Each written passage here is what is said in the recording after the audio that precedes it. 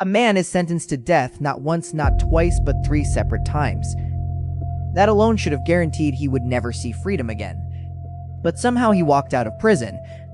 No escape. No loophole. No mistaken identity. The system chose to release him. And what he did next was even worse than what got him locked up in the first place. Because within weeks, people started disappearing. One by one. Different cities, different victims, same method. And by the time authorities realized what was happening, it was already too late. This isn't just the story of a killer. It's the story of a decisio that cost multiple lives. And a question that still haunts investigators to this day. How do you let a man sentenced to die walk free and expect nothing to happen? It started on a summer night in 1966 in a small town just outside Fort Worth, Texas. 3 teenagers were out together, doing what most people their age did, driving around, enjoying the night, not thinking twice about danger. That's when they crossed paths with a man who had already been drifting towards something darker. He didn't hesitate. At gunpoint, he forced all 3 of them into a car. No witnesses stepped in. No one realized what was happening until it was already too late. He drove them out of town, away from the lights, into an isolated area where no one could hear them. What happened next was calculated, deliberate. He separated them. The 2 boys were locked in the trunk. Moments later, shots were fired through the metal over and over until there was no movement left inside. Then he turned his attention to the 3rd victim. She was completely alone. And what followed would later shock even experienced investigators. By the time it was over, all 3 were gone. Their bodies left behind in remote areas as if they were meant to never be found. But this time something went differently. The case didn't go cold. It didn't drag on for years. Within just a day, everything started to unravel. One mistake, one crack in the plan, and the entire story began to collapse. Because someone involved couldn't keep it in anymore. And what they told police would lead straight to him. The arrest came fast. Within 24 hours, the story was already falling apart. One of the men involved couldn't handle the pressure. He walked into a police station and told them everything. The route, the location, what happened in that field.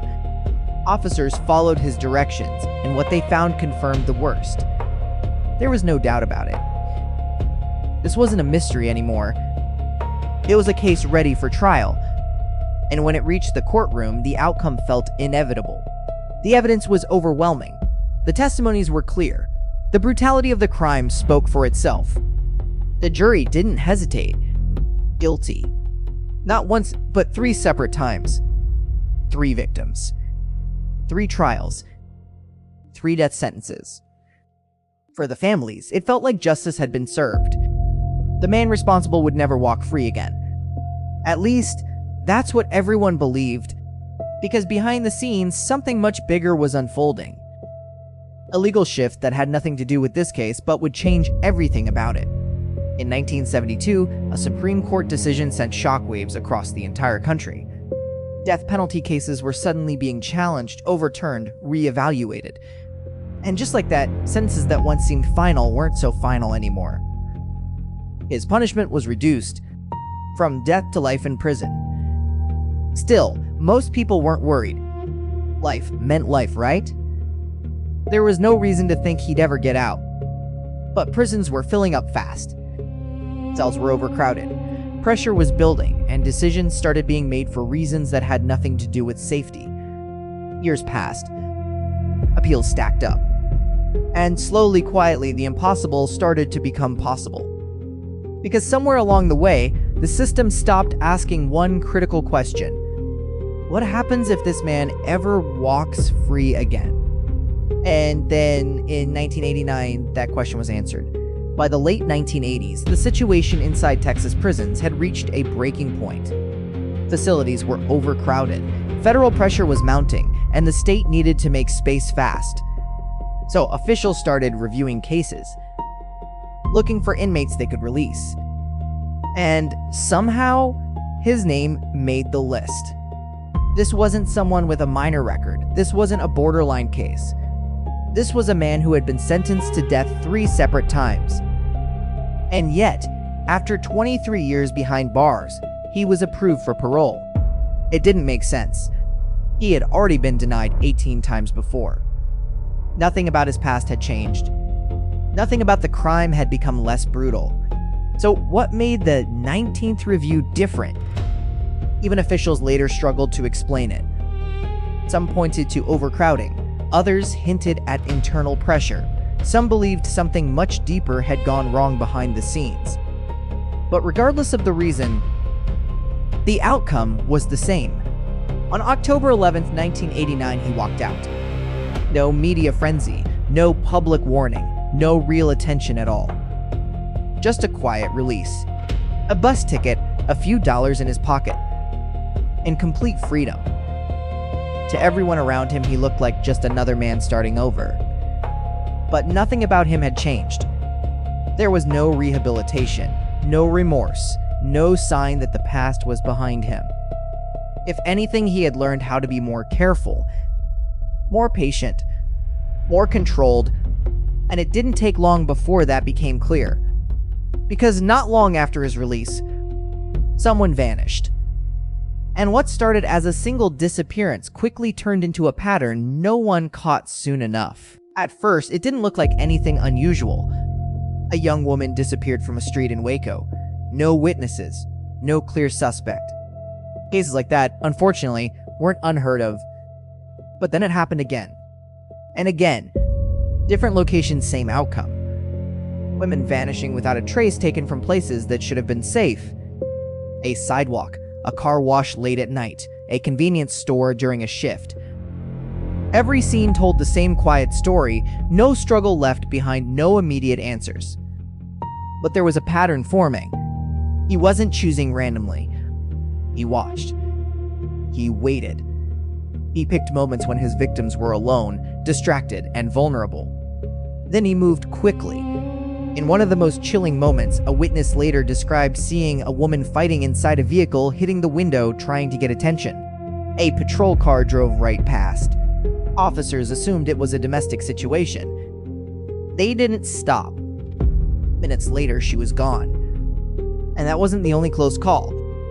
Investigators would later realize they'd crossed paths with him more than once without knowing it. Meanwhile, he continued moving across central Texas. Highways became his hunting ground.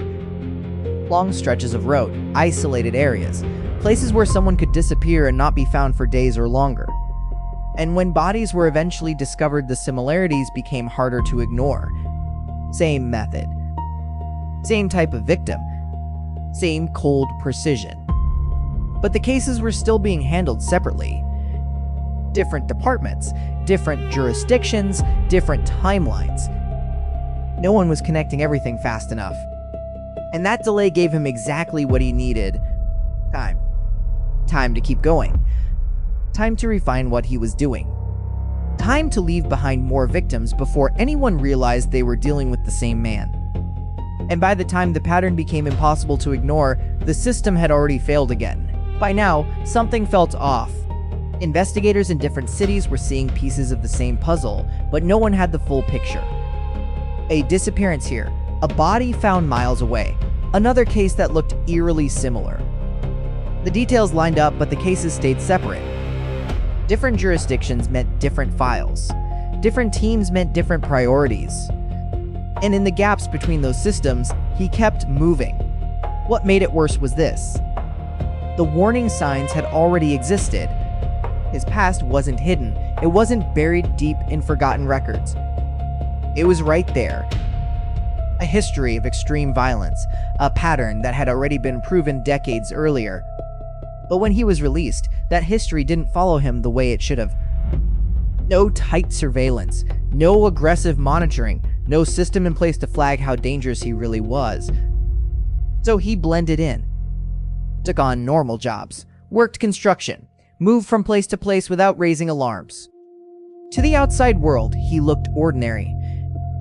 But underneath, nothing had changed. And the longer he stayed undetected, the more confident he became. He wasn't rushing anymore. He was choosing his moments carefully. Watching routines, learning patterns, taking advantage of silence between cases. And every time a connection was missed, it reinforced the same dangerous reality. No one was closing in on him. Not yet. But that wouldn't last forever, because eventually something small slipped through. A detail that didn't stay buried. A moment that reached the right person. And when it did, everything began to unravel. And in 1992, one unexpected tip changed everything. It didn't come from a major police operation. It didn't come from a breakthrough investigation. It came from something far more unexpected. Television. In 1992, his face appeared on a national crime program broadcast into homes across the country. A simple segment, a wanted notice, a name that most people didn't recognize. But one viewer did. A coworker, sitting far away in another state, stared at the screen longer than he should have. Something clicked. The way he moved, the way he spoke, the way he carried himself. It wasn't just a resemblance. It felt familiar. Too familiar. So he made a decision that would change everything. He picked up the phone and called the tip line. Within hours, authorities started moving. Names were checked, records were pulled, old identities were compared. And slowly, the truth came into focus. The man they were looking at wasn't just similar to a suspect. He was the suspect. A task force was assembled immediately. Days later, they tracked him to Kansas City, Missouri. A quiet location, a normal apartment, no dramatic escape, no resistance waiting. Just a door. When officers entered, he was sitting inside like nothing was wrong. For a moment, there was silence. Then reality hit. This wasn't a misunderstanding. This was him. The same man who had slipped through the system years earlier. The same man linked to a growing trail of disappearances. This time there would be no walking away. No release. No second chance. He was taken into custody immediately and extradited back to Texas. But what investigators would learn next would make the case even heavier than they expected. Because the story wasn't finished yet. It was only getting deeper. And in the courtroom, the full truth finally started to come out. When the trial began, it was clear this wasn't going to be a simple case. This time, prosecutors didn't just rely on physical evidence. They brought in people who had seen him up close. People who had been around him. And people who knew exactly what he was capable of. One by one, they took the stand. And what they described painted a picture far darker than the charges alone suggested. They didn't just talk about what happened. They talked about how casually it happened. How he spoke about victims like they were nothing. How he acted as if it didn't matter. How there was no hesitation, no internal struggle, just action. And then came something even more disturbing. References to other possible victims. Cases that had never been solved. Bodies that were never identified. Disappearances that never made sense at the time. A pattern that stretched further than anyone had originally believed. As testimony continued, the courtroom grew heavier. Every detail added another layer. Every statement made the scale feel larger. And through it all, he sat still. No visible emotion, no reaction to the stories being told, no acknowledgement of the damage described in front of him. Not even when the most direct accusations were spoken aloud. For prosecutors, that silence became its own form of evidence. Because it wasn't confusion. It wasn't denial. It was familiarity. The trial didn't just focus on what was already proven. It opened the door to what might still be unknown. Unidentified victims, unconfirmed locations, questions that couldn't be answered anymore. And by the end of it, the jury didn't hesitate. Another guilty verdict. Another death sentence. But this one felt different. Because this time, everyone in that room understood something clearly. The story wasn't just about what he had done. It was about everything that might never be fully discovered. And when he returned to death row, there was still one final chapter left. After the verdict, he was sent back to death row. This time, there was no illusion of escape left. No legal gaps to fall through, no system waiting to give him another chance, no quiet administrative decision in the background. He was placed in a high-security unit in Texas, isolated from the outside world. Days blurred into years. Medical problems began to set in, his health deteriorating behind bars, but his attitude never changed. He didn't show remorse. He didn't seek forgiveness. He didn't offer anything that suggested reflection. Even when investigators approached him about unresolved cases, his responses were limited. Sometimes he would give small details, hints, fragments, but never the full truth. Always just enough to suggest there was more without revealing everything. In one instance, he traded information about a victim's burial location for minor privileges. It helped bring closure to one family, but for many others, answers never came. And that became one of the most disturbing parts of his story. Even at the end, he still controlled what was known and what wasn't. Then came the final day, November 17, 1998. Inside the execution chamber, the atmosphere was quiet, controlled, routine. He was brought in without resistance.